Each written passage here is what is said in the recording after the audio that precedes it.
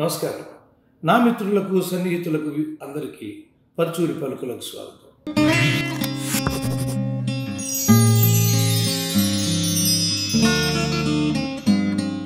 ఈరోజు వజ్రోత్సవానికి దగ్గరగా వచ్చేసింది మన దేశం 24 నవంబరు 1949 కిందటి మాసంలో రిలీజ్ అయినటువంటి ఒక సినిమా. యాక్చువల్గా దీని గురించి నేను నా థీసిస్ బుక్ సామాజిక దృష్టిలో రాశానండి. తెలుగు సినిమా సాహిత్యంలో కూడా రాశానేమో గుర్తులేదు. బట్ ఈ సినిమా నేను ముందు చూడలేదండి. నేను చెప్పాను కదా, మొట్టమొదటి నేను చూసిన సినిమా అన్నగారిది సీతారామ కళ్యాణం అని. ఆయన్ని విలన్గా చూశాను నేను.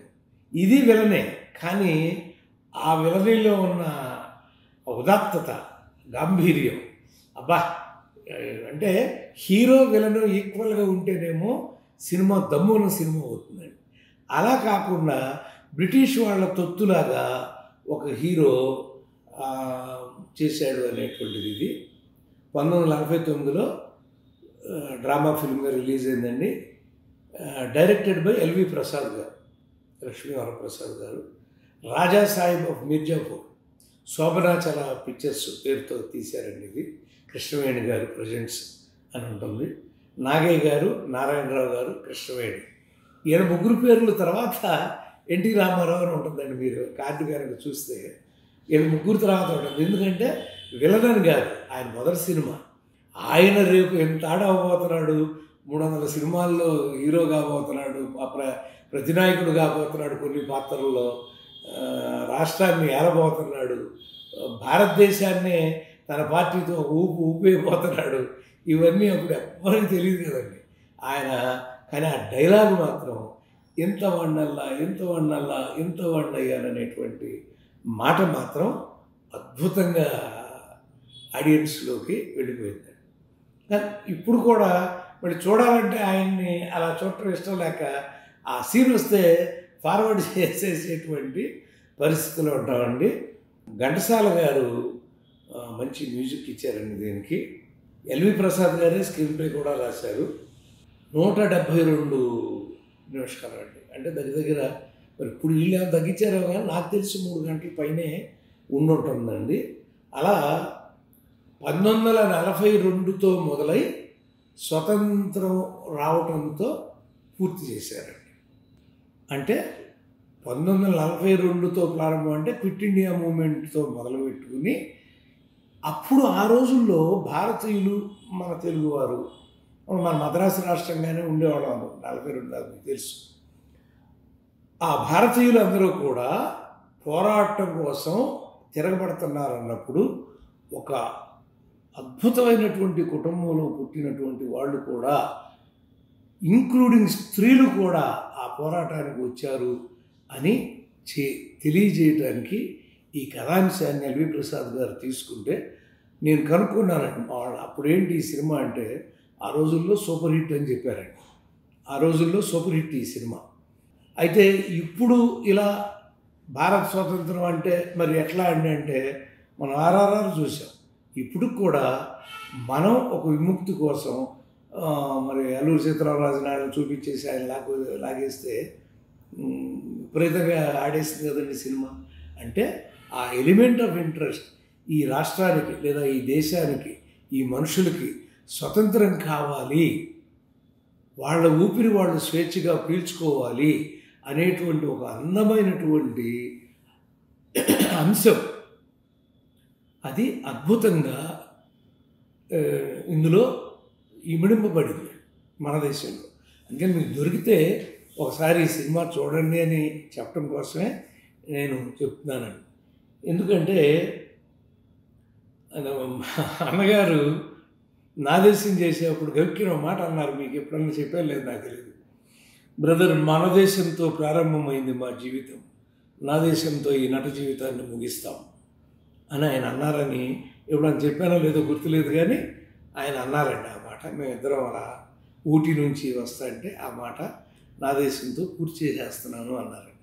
కానీ తర్వాత చేశారు, కొన్ని సినిమాలు రిలీజ్ అయినాయి. అంటే అంత ముందు నటించినవి చేశారు, కానీ మేము రాసింది మాత్రం మేజర్ చంద్రకాంత్ 92 అది మీకు తెలుసు కదా. అది చేయటం జరిగిందండి యాక్చువల్గా. లేకపోతే నా దేశంతో అన్నగారు నేను నేను అన్నానని కూడా అన్నాను మీతో. నా దేశం సినిమా లావారీసేది అది చూసి అన్నగారికి నచ్చలేదు, అన్నగారు నన్ను నమ్మండి అంటే ఆయన నమ్మి చేశారని మీకు చెప్పాను నేను.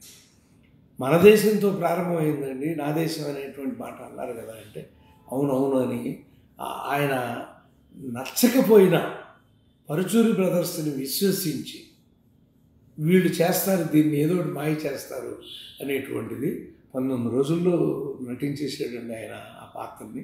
2 రోజులు కామెడీ సీన్లు తీసుకున్నాం. నిజంగా ఆ షీల్డ్ అక్కడ 150 రోజులు షీల్డ్ కనపడతా ఉంటుందండి నాకు. వచ్చినప్పుడల్లా నాకు మీతో చెప్తుంటే మళ్ళీ రోమాలు ఎక్కబడుచుకోండి.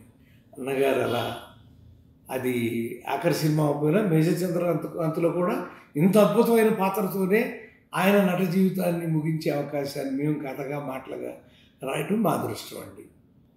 రేపు 14వ తారీఖున అంటే డిసెంబర్ 14వ తారీఖున బెజవాడలో పెద్ద ఎత్తున అన్నగారి ఈ మన దేశం 75 సంవత్సరాల పండగని తెలుగు ఇండస్ట్రీ చేయబోతుంది.